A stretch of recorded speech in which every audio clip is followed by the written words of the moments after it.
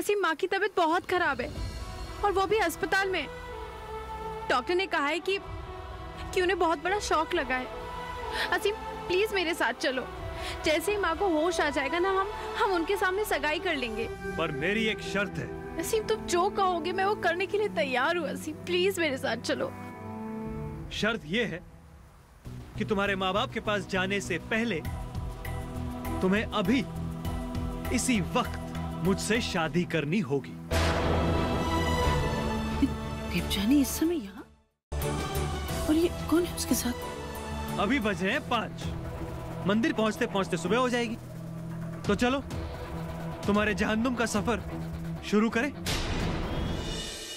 ओ madam, चलो, देर हो रही है। शादी के बाद हर दिन रोने का बहुत मौका दूंगा तुम्हें। चलो।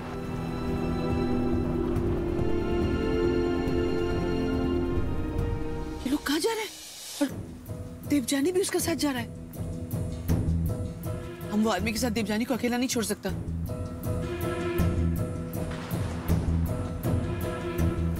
पीटर, गाड़ी का पीछा करो।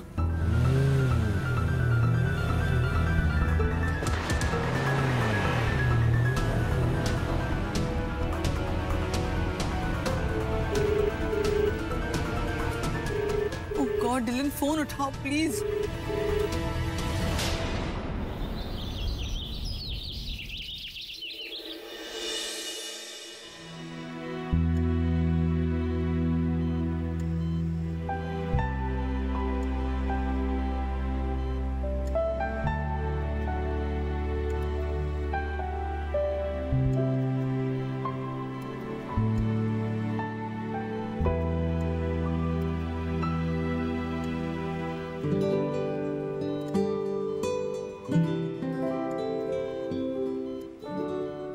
एलन,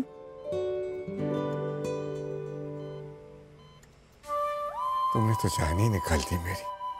पिछले कुछ घंटे कैसे बीते हैं क्या बताऊं मैं। तुम्हें इस हालत में देखना, बर्दाश्त करना बहुत मुश्किल था। ये ठीक नहीं किया ममता जी आपने। अच्छा तो आपने भी नहीं किया। इतना बड़ा निर्णय लेने दिया दोनों को।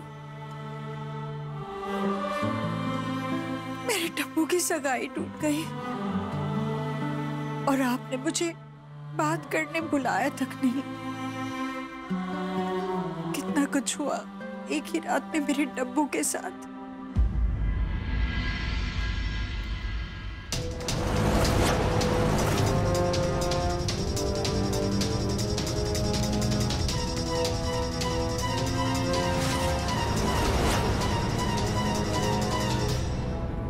मेरे हर फैसले पर तुम्हें हमेशा नाज होता रहा है ना, तो फिर आज यकीन क्यों नहीं किया? सगाई तोड़ने का फैसला मेरा था। मुबारक असीम, हो गई ना सगाई, बन गए ना डब्बू के साजन।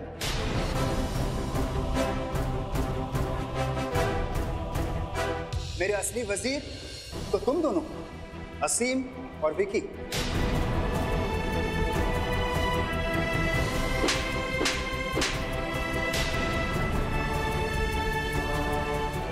यहां से शराफत से जाने का मौका दे रहा हूं।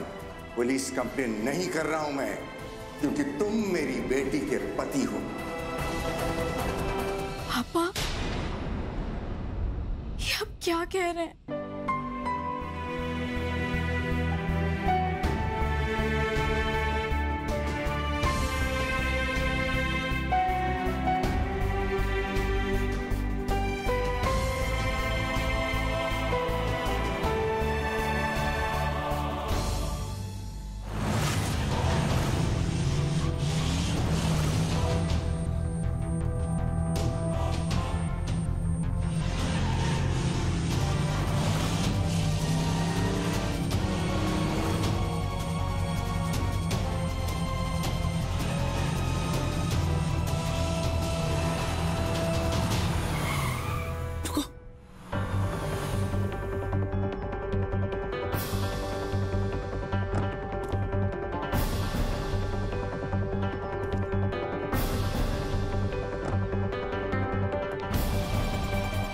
ये असीम देवजानी को मंदिर क्यों लेकर आया है?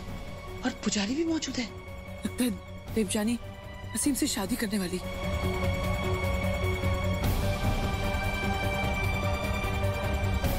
ओह गॉड, हम डिलन को फोन लगाते हैं। Oh Jesus please, Dylan please pick up your phone.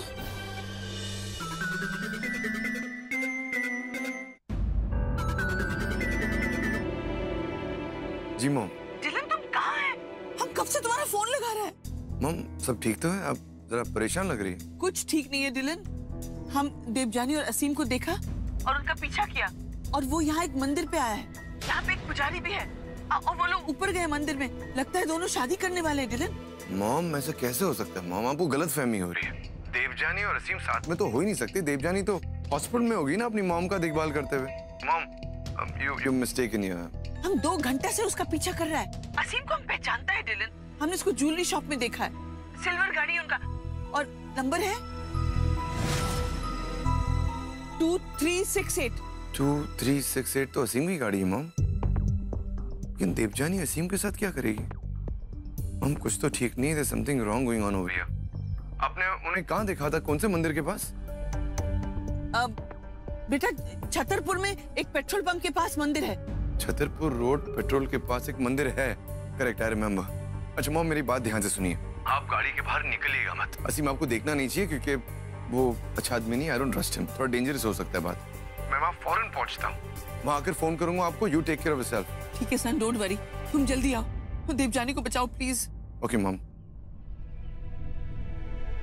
Devyani Asim के साथ? देवजानी क्या कर रही हो तुम?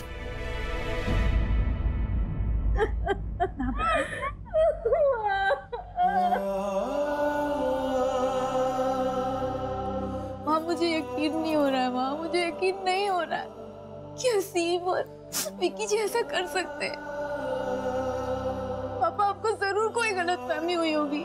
मुझे यकीन ही नहीं हो रहा। काश ये गलतफहमी होती बेटा। पापा आपने हमें ये सब पहले क्यों नहीं बताया? क्या बताता बेटा कि मेरा दामाद? तब्बू के फोन पे डिलन का कॉल आ रहा है।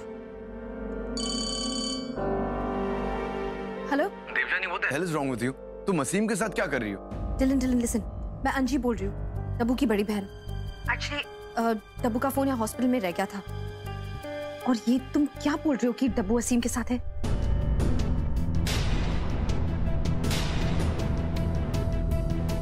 मुझे तो लगा वो तुम्हारे किसी ऑफिशियल काम के लिए कुछ रिपोर्टिंग करने गई है। रिपोर्टिंग के लिए? हाँ जी मैं जानता हूँ कि देवजानी की मॉम की तबीयत खराब है। मैं ऐसे मौके पर उसे रिपोर्टिंग के लिए कैसे भेज सकता हूँ? इसका मतलब है तुम लोग को भी झूठ बोल कर गई है। जी मेरी बात ध्यान से सुनना। मेरी मॉम ने देवजानी और असीम को अभी अभी छतरपुर वाले रोड पे जो मंदिर है, जो पेट्रोल पंप के पास में, वहाँ एक साथ देखा है। मेरी मॉम को शक है कि वो दोनों शादी करने जा रहे हैं। What? तब्बू असीम के साथ शादी कर रही है?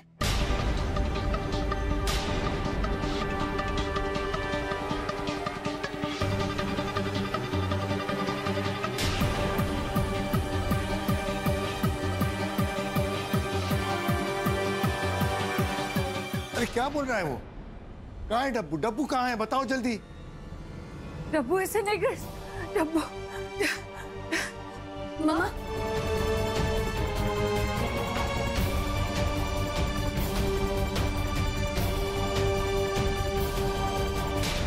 क्या हो रहा है? अभी तक आपसे तैयारी नहीं हुई? लगे हो ये सामान इकट्ठा करने में? इतनी जल्दी में तैयारी करना बड़ा मुश्किल होता है जजमान। What nonsense!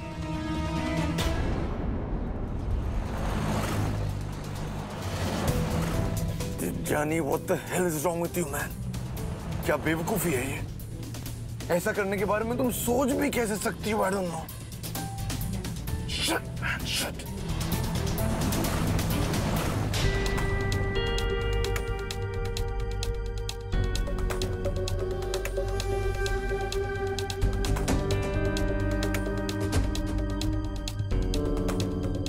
एक कन्या रो क्यों रही है जजमान? आपको उससे मतलब? अपना काम कीजिए ना। वो तो सही से कर नहीं रहे, ना टाइम लगा रहे। चलिए। जी जी। अभी जयमाल के लिए खड़े हो जाइए।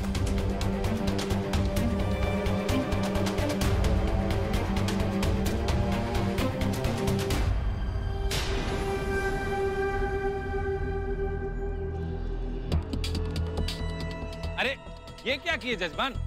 पहले कन्या को जयमाल डालना था, आपने पहले ही डाल दिया। चलिए कोई बात नहीं, अभी कन्या जयमाल डालेगी।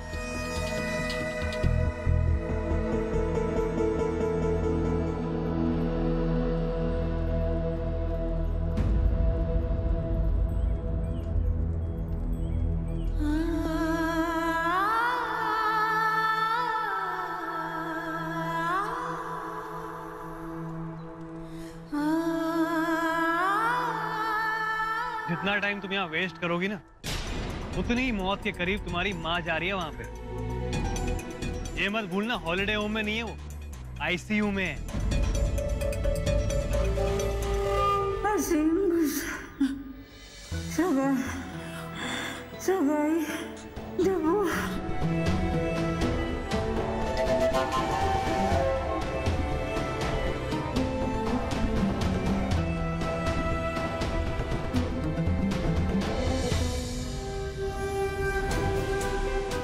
Good girl. आप बिल्कुल ठीक हो जाओगे माँ, आपको कोई बुरी खबर नहीं मिलेगी होश आने पर। देवजानी, मैं तुम्हें ऐसा करने नहीं दूंगा, बिल्कुल करने नहीं दूंगा। तुमने कभी सोचा नहीं अगर तुम ये करने जाओगी तो तुम्हारे परिवार वालों पर क्या बीतेगी, तुम्हारे डैड पर क्या बीतेगी, तुम्हारी मॉम पर क्या बीतेगी? तुमने सोचा नहीं कि मुझ पर क्या बीतेगी? विवाह में 7 फेरों का बहुत ही महत्व होता है। ये 7 वचन एक विवाह के अभिन्न अंग होते हैं। वचनों से पति पत्नी के जीवन में संबंध, प्रेम, सद्भावना उनके अंदर स्थापित होता है।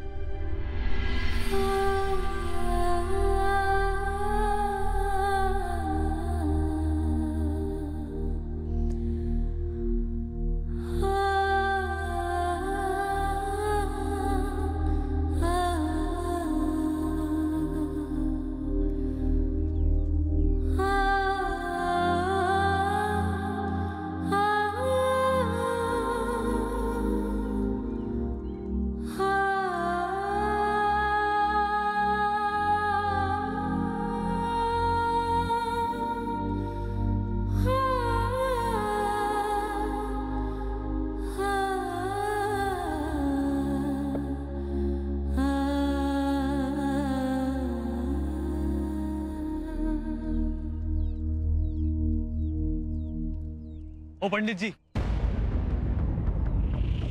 ये रखो, अपनी ये मॉरल साइंस की क्लास ना बंद करो।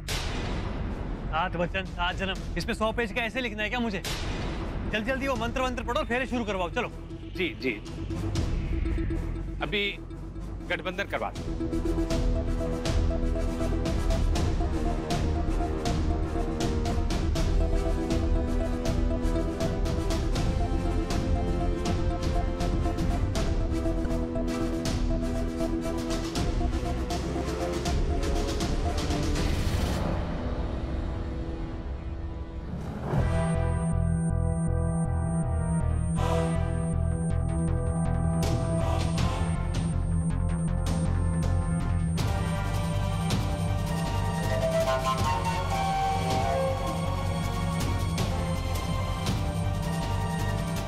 गॉड, डिलन कब आएगा? अभी फेरों के लिए खड़े हो जाइए।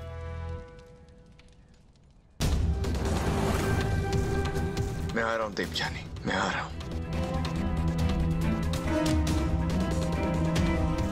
वो स्लो मोशन गाड़ी, चलो पूरे दिन यहीं बैठना है। चलो चलो उठो।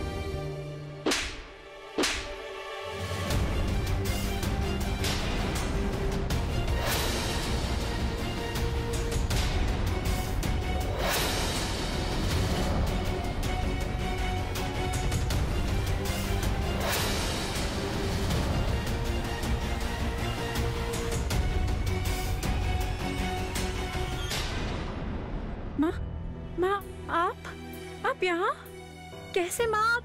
आपको तो हॉस्पिटल में होना चाहिए था ना माँ। क्यों? क्योंकि मेरी तबीयत ठीक नहीं, क्योंकि मेरी बेटी तब्बू अब इतनी समझदार हो गई है कि अपने आप से सब कुछ संभाल लेगी,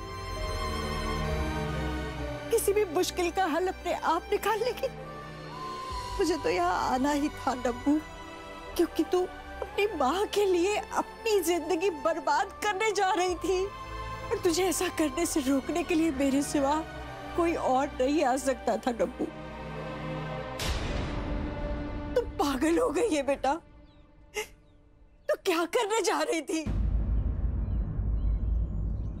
माँ, मेरी सगाई टूटने के बाद आपकी तबीयत इतनी खराब हो गई थी, मैं आपको ऐसे नहीं देख सकती हूँ माँ। मुझे लगा कि अगर मैं असीम से शादी कर लूंगी तो आप ठीक हो जाओगे। मैं आपको ठीक देखना चाहती हूँ। अरे बेवकूफ लड़की, अगर तेरी शादी इस आदमी से हो जाती तो मैं जीते जी मर जाती डब्बू। मेरी बच्ची, तूने अपनी माँ को कितना गलत समझा। बेटा, माँ बाप के लिए बेटी एक बोझ नहीं होती। माना कि मैंने हमेशा यही दुआएं मांगी कि तेरी शादी जल्द से जल्द हो जाए, पर डब्बू उससे भी ज्यादा दुआएं मैंने इसलिए मांगी कि तेरी शादी एक अच्छे इंसान से हो। मैं तो इसकी असलियत जानती भी नहीं, पर तू तो जानती थी ना। फिर भी तू ऐसे आदमी से शादी करने चली थी। अरे पगली, मेरी खुशियां तेरी शादी से नहीं, तुझसे। और तुम्हारी माँ इतनी कमजोर नहीं कि जरा से सदमे से मर जाए। माँ, I'm sorry माँ, I'm very sorry।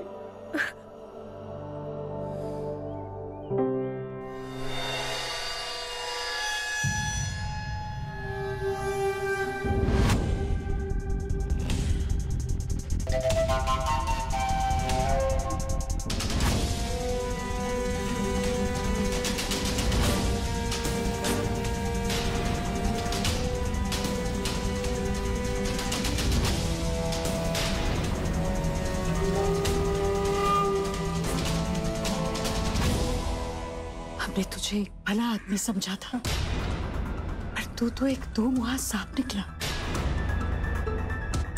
तूने फायदा उठाया हमारी अच्छाई का। शर्म आती है ये सोचकर कि तुझ जैसा धोखेबाज इंसान हमारे परिवार से रिश्ता रखता है।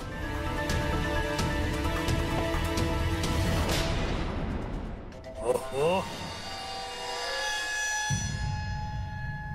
अब तो समझ में आ गया ना कि मैं कितना जलील, कितना कमीना हूँ।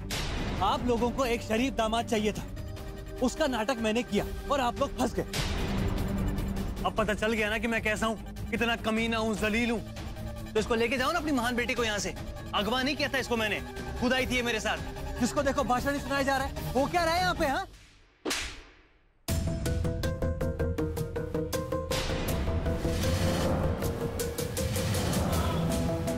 हिम्मत कैसे हुई मेरी माँ से ऐसे बात करने की?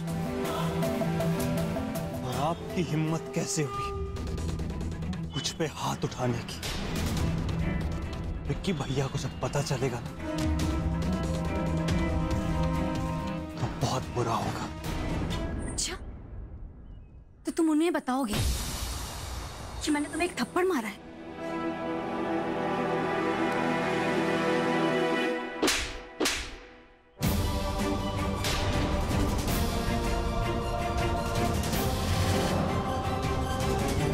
तो फिर जाओ, जाकर उन्हें कह दो कि मैंने तुम्हें एक नहीं बल्कि 2 थप्पड़ मारे। ये थप्पड़ तो बहुत छोटी चीज है असीम, जो तुमने किया है ना, उसकी तो बहुत ही बुरी सजा मिलनी चाहिए तुम्हें।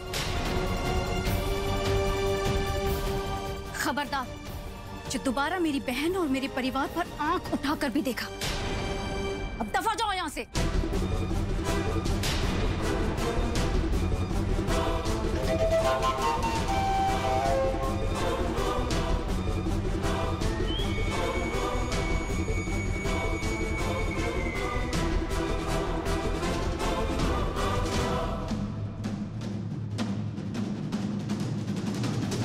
ये तो बस शुरुआत है डिलन। ये मत समझना कि ये किस्सा खत्म हो चुका है। तुझे छोड़ूंगा नहीं मैं।